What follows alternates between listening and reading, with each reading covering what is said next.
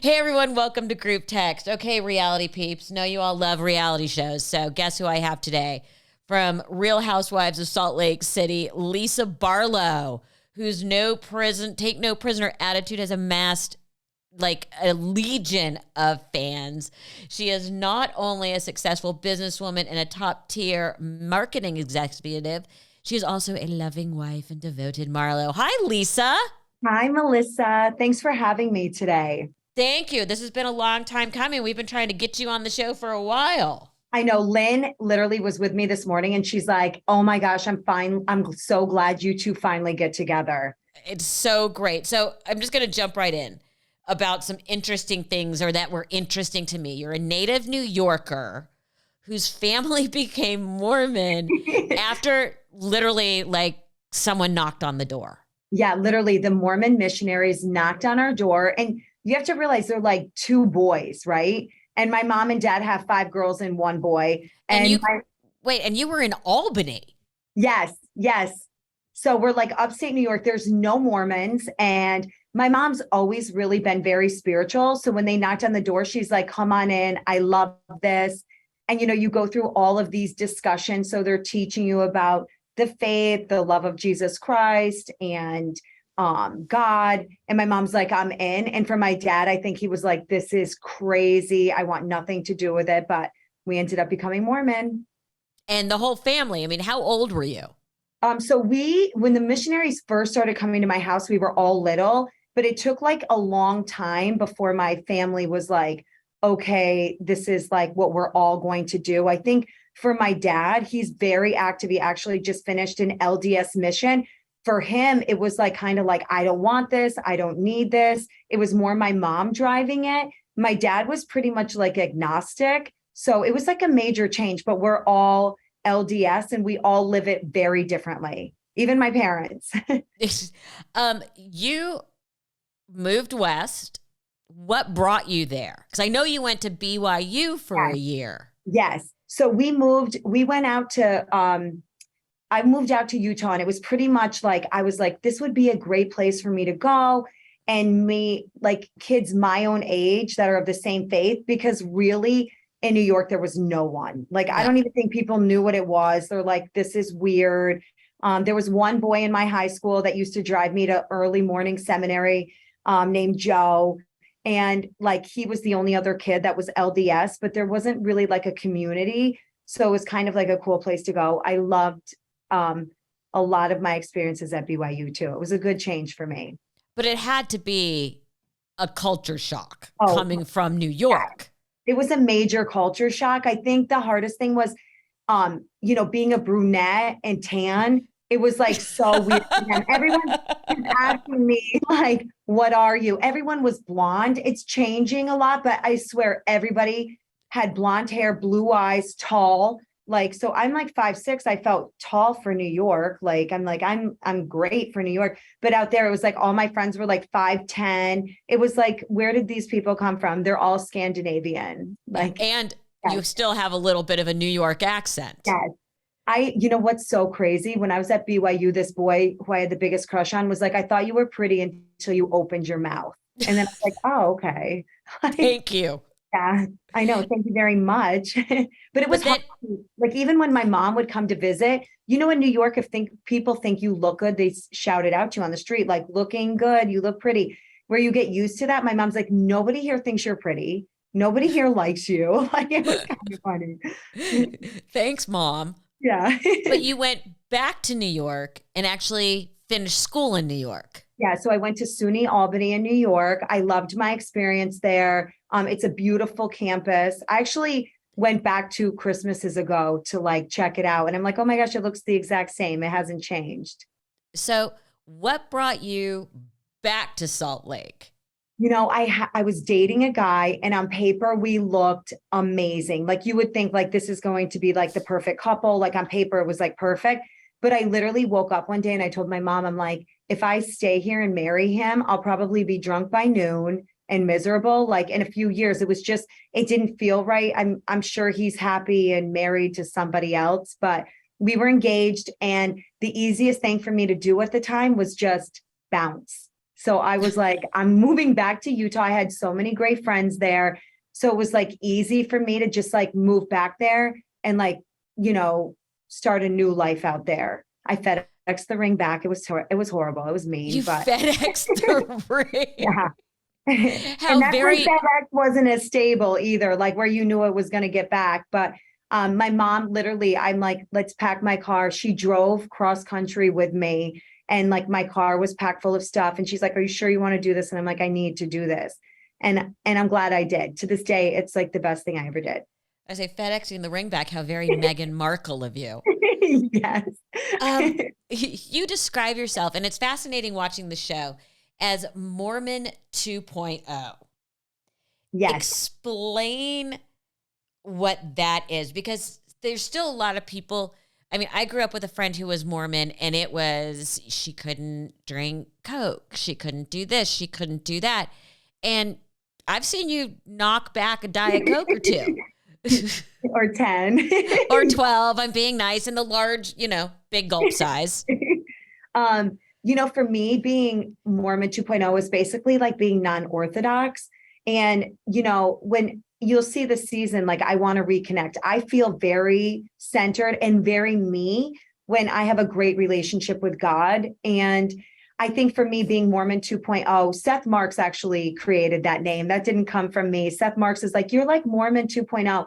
But it's basically like saying I'm non-Orthodox.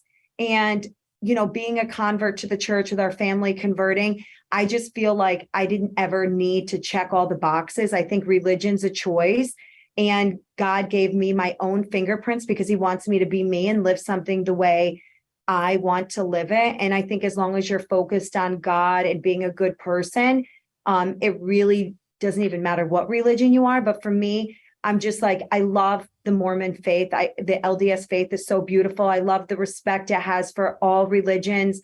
A lot of people don't know this, but like I'm Jewish by heritage. I've never been religiously Jewish, but I love the culture. In Jewish faith is beautiful. And Brigham Young actually has a facility in Israel. So there's BYU in Israel too. And I think that for me, it's just doing things my own way, and a way that feels good for me. And I know it was like triggering for a lot of people at first, because they're like, how can you be LDS and own alcohol brands? How can you be LDS and drink your alcohol? And I just think I think we can all do things our own way and find a way to, like, as long as you feel at peace with your decisions, I think that's when you're on the right path and doing things the right way. Yeah, My mom did freak out when I told her that we were like going to start an alcohol brand. She's like, I didn't raise you like this. But they're very supportive and like appreciate that I'm just myself. yeah, because at the end of season 2, you kind of had a little a crisis of faith. Yeah. And you had this sort of epiphany that you needed to recenter. And we only get to see portions of what goes on. What was that moment like? What was the final straw that moved you to that moment to say, I need to recenter and reevaluate? Thanks for asking that question. For me, it was like, I wasn't feeling like myself. Like I'm trying to be patient and like, kind of make my way through these different relationships I have with these different girls. And I was telling my husband, I'm like, I don't feel like me. Like I normally wouldn't put up with certain things. I'd be more vocal in this situation. And I wasn't really feeling like myself. And I'm like, what has changed? And literally, like I was talking to my husband and I was like, it's not having that strong relationship with God. Like I'm a very spiritual person, but like every relationship, you have to work at it. It's not just there. You can't take it for granted. And for me, I was like, if I recenter myself and focus on the things that are important, God first, my family, then everything else, it tends to have a better outcome for me. And I just think that like I was putting up with things and feeling emotions that were kind of newer that I wouldn't normally take or have. And I'm like, this is important for me. That's what I'm missing. And I really remembered this time I was living in Chicago and I didn't know anybody. And the one place I could go where I had an instant friend group was church. And I always felt so strong with that feeling of knowing like I wasn't alone. there's more people out there that love me and care about me in a community. And I think just focusing on that was really like good for me. You've been very open about that. You've got sort of your own, and I'm not saying this disrespectfully, holy trinity, which Yes. is God, your family, and your God. I've got this written down. Let me make sure I've got it right. Your husband or your family, God, and your business. Yes. Being a business person, I love that you're like, that's just as important. You have created some really crazy successful brands. So you had to know what you were getting into when you walked into the Real Housewives franchise. I did.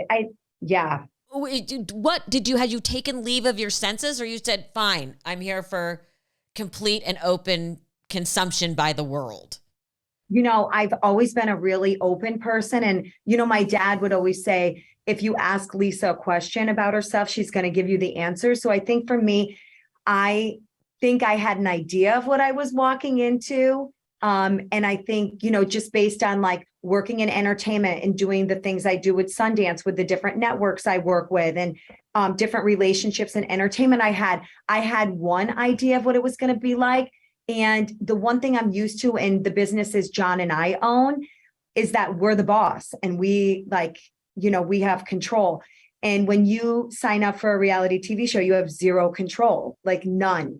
And you just have to like say, I'm being me, and like literally let somebody else decide what that looks like. So that was hard. How'd you sell it to the family, especially with a teenage son? Oh my gosh. So I remember John and I were like, we walk every day. So we were walking around our neighborhood, and I was like, what do you think about this? And John's very private. Like John's on TV because he's supporting me. John's not looking for camera time at all. And so I think for him, he's like, that's like a complete loss of privacy. And then I'm like, well, I think it could be great for us too, like having a marketing and business background. I'm like, I think this is great for our brands. I think it's like a different platform to showcase what we do. And hopefully, my hope was always to inspire other women, because I have a lot of women that asked me pre-Housewives, like, how are you doing so much? And, just because something looks easy, Melissa, you get this, it's not. It's a lot of work and hard and a lot of sacrifice. So I think for me, it was like my whole thought going into this is so many moms that are afraid to start something and like juggling, family, kids, husband, business. Like, I hope it inspires them to want to do this, because I'm a champion for girls. I have 4 sisters. So I'm a champion for girls and women. And I was like, I hope that somebody else sees me and is like, I can do what Lisa's doing. God, I always do have those moments when I'm watching where I feel really bad for John, because he's got 3 sisters-in-law, and you guys are always on the phone. It's just like, oh dear God, not another. I can't imagine. I hope you have unlimited minutes and text. Something that's interesting to me that going on in the show is you're having a little conflict with your son about going to college. Yeah. I ended up crying that day. Like, he had me so frustrated. And he's reacting like a teenage boy and basically grunting and, monosyllabic answers. And being a boy mom, we know how that goes sometimes. Yep.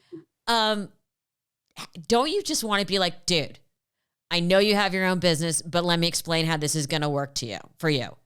You're going to go to college. I mean, you have not, that we've seen yet, dropped the hammer, and neither has John. Yeah. You know what?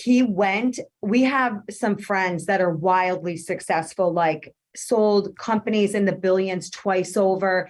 And my best friend and her husband actually are so gracious with our family. And it's like my best friend since I was 17. Jack was at their house, and they're so charismatic and so cool. And he went to college, but he only went for a year, and then was like, I'm a serial entrepreneur. I know what I need to be doing. And he's been wildly successful. And we all know that's the 1%, like 1% of people that happens to. So, Jack came home and he's like, I'm not going to college. And I'm like, okay, that's going to change. Like, you just had this like, Todd's inspiring. And I'm like, you're totally inspired by him right now. And I get it because everybody's enamored by him. He has created amazing things. Yeah. And Jack was like, I'm not going. And so I thought he was going to change. I thought his mind was going to change. His friends are all applying for early acceptance. So I'm like, okay, Jack's going to change. And it didn't happen. And when, like I said, when you make things look so easy, sometimes people think they are, including our children. So I'm like thinking to myself, like, I can't believe he's giving me such a hard time about this. I mean, he had me in tears that day. He later apologized, but it's like, the one word answers, emphatic. They think they know everything. He thinks he's going to end up having $1 billion business, and he might, but it's going to take a lot more work than what a high school kid can do right now. So it was frustrating for me, like so frustrating. And even like, you'll have to see what happens with that. But it's crazy because I never thought we would be having the conversation. Like, I'm not going to go. I thought, where am I going to go? Your Jewish mother DNA sprung into action, and you did everything but clutch your chest and tip over. Yeah, it was rough. And, there's so many benefits other than education too. I'm like, your network, this is how we have the network. This is how we, know the people we know, because we went to school together. We became great friends with them. And then we've all supported each other. So I was like, I can't even believe we're having this conversation. But yeah, you want to force him to do things. But then I'm like, is he going to rebel the other way? It's hard. You get it. Any mom gets this. Yeah. One of the things, I mean, I know my friends and I communicate, but the constant talking about feelings on the show has to be exhausting. Especially, with everything that's, for all the bickering and fighting that happens on the show. You guys are really a tight-knit group. How is everyone coping with, because you get very emotional about it with what's happening with Jen? I think with Jen, I've always considered her legal issues extraneous from our friendship. And I think with Jen, you just feel all the emotions as she's going through them. For me, what sucked me into being Jen's friend is like when we were in Vegas season 1, and I'm really hearing like what hurts her, what she's going through. And I immediately was like, I want to help her and I want to be a good friend to her. So, it's hard watching someone you care about go through something horrible. This is life-changing. She, is going to be away from her family for a very long time. And, I can't even fathom what they're all going through and just the unknown of everything. So now let's take a completely shallow pivot because, that's my happy place. Let's talk fashion. Okay. You are a self-proclaimed Fendi girl. I love Fendi. How excited are you for the return of the baguette? Oh, you know what? I can't even believe it ever went away, but I am so glad it's back. And the fact that they brought back leg warmers in a way that nobody else has done them, I'm like literally, I could not be more excited. Their fashion show during Fashion Week, the first Fendi show ever, was insane. So I wanted everything. So what other designers, though, do you love? Because the clothes on this show, I was drooling. What other designers do you like? I'm a Saint Laurent girl. I love Fendi, Saint Laurent. I really love custom pieces like the fur I'm wearing today. There's a furrier in Park City called Sitka Fur Gallery. We used to have a restaurant right across the street from them. Their furs are so amazing. But if you were to look at just top tier designers, Saint Laurent, Givenchy right now. Saint Laurent I'm always into. Givenchy right now is so good. The color palette, the fit, everything about it. But I tend to just go Fendi, Saint Laurent, and Givenchy is really big too. Every girl loves Chanel too. I love Chanel, but not as much the clothes, like the bags. Yeah, I want to come shop your closet. Were you always into fashion? Always into fashion. My mom has the best style. She's very classic. And I think every Friday she would take us to the mall and just have us pick out new fits and new looks. And I think her eye was so good. And just having my mom dress so beautifully my whole life, I think she just has her own unique style. And I think me and all 4 of my sisters have such different styles. But we all love fashion. Every single one of us like loves clothes, bags, accessories, jewelry, all of us like, but I think it's innate. Like Iris Apfel said it best. Anyone can pick out great pieces and wear fashion. It takes someone innately to have good style. And even as a little kid and as a teenager, did you have a unique style? Did I you think so. did you dress your friends? You know what? I didn't dress my friends because I'm such a Sagittarius. I'm always like, let people be who they are. But for me, I think the thing that I loved is finding unique things for myself. And, you know, being one of 6 kids, my parents were really young. My dad ended his career being extremely successful. But when we were younger, my dad was building everything.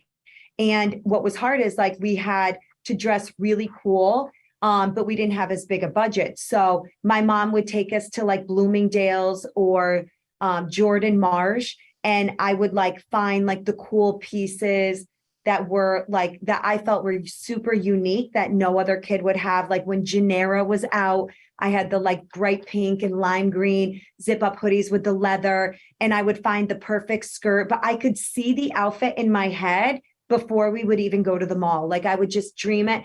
Like I had these one candy satin like Converse like sneaker that laced up the back and the front in hot pink and blue. But I was always looking for the unique piece. And I still do that today. Like always, I'm always looking for something unique. What are you coveting right now? Oh, you know, I think I've got everything I've coveted, but it was mostly the Fendi stuff, the baguette bags. Did I just say that right? Baguette bag. Baguette, like the Baguette bread. bag. I almost said banquette, and I'm like, no, that's not right. The baguette No, bag. baguette is in a restaurant. Yes. Where my mind always is food. But you know, the baguette bag comes in so many different colors. The Tiffany blue one is what I literally not leaving New York without. Is it even out yet? Ross at Fendi in New York, like on the flagship store, has it. At the flagship store in New York. At the flagship store in New York. I'm writing this down right now. Yes. And it's the Tiffany blue with the silver chain. Oh, I've seen it.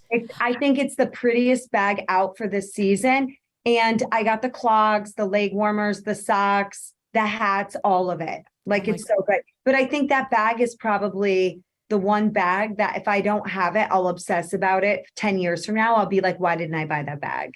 So before I let you go, I had a whole lightning round quiz about food and all that, but was my burning question because I binge watched season 3 last night. Okay. All the way to the current one. Okay. I have to ask. I have never seen that much cleavage other than in like the Dolly Parton Museum. Holy shit. Are you talking about a lingerie party? No, I'm talking about all of you in everything have cleavage. I think the only time I didn't see cleavage was when you were wearing the pajamas at the lingerie party. And I was the one in pajamas. Yeah. I mean, give my listeners a tip. How do you guys keep them up and in those dresses? Because that is more than fashion tape. Okay. I'm sorry. You know what Utah is known for? Boob jobs. Really? Yes. It's like a rite of passage when girls turn 18. That's the first thing they get is an augmentation.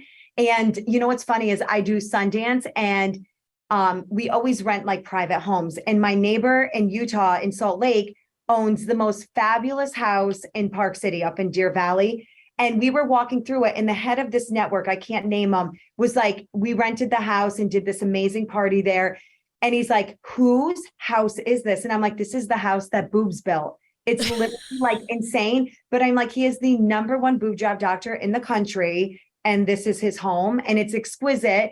And, but everybody has an augmentation. It's crazy. So what can you tell us? What can you give us a sneak peek of what's coming? What's coming? So, you know, I think that you're starting to see a lot of relationships are shifting. And I think that's becoming because as we get to know each other better in this setting, we're starting to realize who we have more in common with, who we have less in common with, and people's true colors start to come out. You start to see who people really are. And I think on TV, you can hide it for only so long. And then they're like, the camera doesn't lie. The camera shows everything.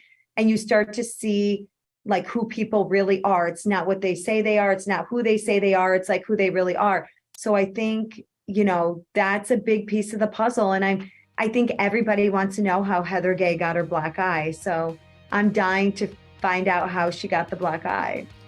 Lisa Barlow, I am so excited we finally connected. I know, Thank me you too. so much. Thanks for having me, Melissa.